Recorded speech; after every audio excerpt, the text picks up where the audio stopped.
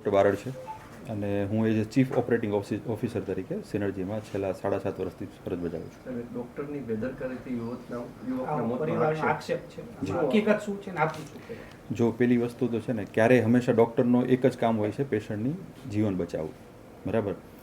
જે પેશન્ટ છે દીપકભાઈ દેવેન્દ્રભાઈ ઝાલા, ગાંધીધામ અહીંયા આપણા રહેવાસી રાજકોટનું હતું અને તારીખ 20/5/2026ના સાંજે 7:27 સિનર્જીમાં આવેલું. એડમિશનનો ટાઈમ છે એનો. એ દરમિયાન એને લેફ્ટ સાઈડમાં વીકનેસ હતી,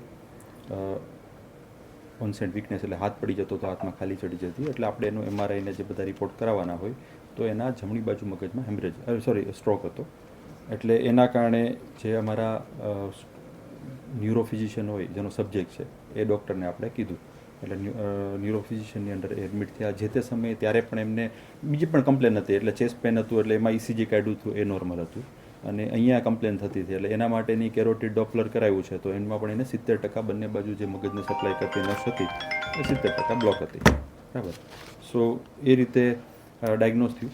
એના પછી પેશન્ટને ICUમાં આપણે રાખ્યું. એટલે ગઈકાલે પહેલાંની જૂની બીમારી હતી થોડી કિડનીની, એનું ક્રિએટ પણ જે તે સમયે નોર્મલ હતું, પણ કાલનું થોડું વધારે હતું. એટલે આપણે મગજની જે DSA કહેવાય એન્જિયોગ્રાફી એ કરવાનો પ્લાન હતો, પણ એ માટે થોડું એમ હતું કે એક દિવસ હજી ખમી ક્રિએટ નોર્મલ થાય પછી કરીએ, તાકી એને કિડનીને ઈજા ન થાય. સો એટલા માટે. અને ગઈકાલે પણ થોડો એમનો માઇનર ચેસ્ટ પેનની કમ્પ્લેન હતી, એટલે ગઈકાલે આપણે ઇકો કરાવ્યો. એટલે કાર્ડિયોલોજીસ્ટ ડૉક્ટર તેજસ પંડ્યા છે અમારા, MD DM કાર્ડિયોલોજીસ્ટ, હવે ઇકો કર્યો. એટલે ઇકો એકદમ સદંતર નોર્મલ હતો એમનો.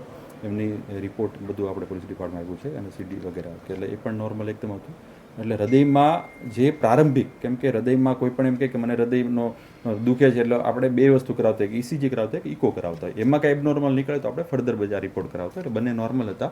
અને પેશન્ટને ઓલરેડી જમણી બાજુમાં સ્ટ્રોક હતો, એટલે એની બધી ટ્રીટમેન્ટ ચાલુ હતી. બીજું, સ્ટ્રોકની જે દવા હોય એ હૃદયને પણ કામ આવે જનરલી. બંનેમાં મોટાભાગે સેમ દવા ચાલતી હોય. તો એ રીતે બધી ટ્રીટમેન્ટ પ્રોપર ચાલુ હતી. પણ સડનલી સવારના જે મેં વિડીયો જોયો એ પ્રમાણે સવારે 4:45 વાગે પેશન્ટનું બ્લડ લેવામાં આવ્યું.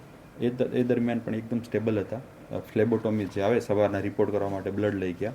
એના પછી 5:50ની આજુબાજુ એ ઓઢીને સૂઈ જાય છે ત્યારે. અને ત્યાં સડનલી એના પેરામીટર ચેન્જ થાય. એટલે જે પણ અમારા ICUમાં જ પેશન્ટ હતું, એટલે ડૉક્ટર પણ ત્યાં જતા. એટલે ડૉક્ટર જઈને ફટાફટ એમને ટેક કેર કર્યું.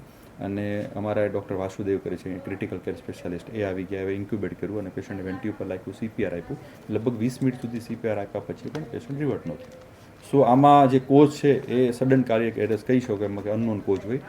અને કોઝ ફાઇન્ડ કરવા માટે જ આપણે પોલીસને પણ બોલાવ્યા. અને એમ સગાની જે ડિમાન્ડ હતી એ ડિમાન્ડ ઉપર આપણે એમને પોસ્ટમોર્ટમ માટે મોકલીએ છીએ.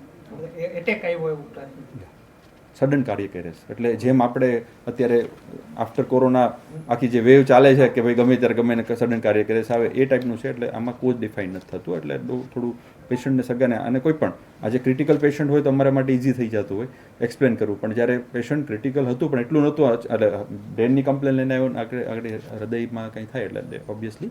પણ પહેલા દિવસે પણ એમની ECG થયેલી છે, સેકન્ડ દિવસે એને ઇકો થયેલો છે, ECG થયેલી છે. અને કન્ટિન્યુ મોનિટરિંગ હતું. મોનિટરિંગમાં કન્ટિન્યુ ECG ચાલતી જ હોય. એટલે all rhythm are the normal. અને સડનલી કાર્ડિયક એરેસ્ટ આવ્યું છે.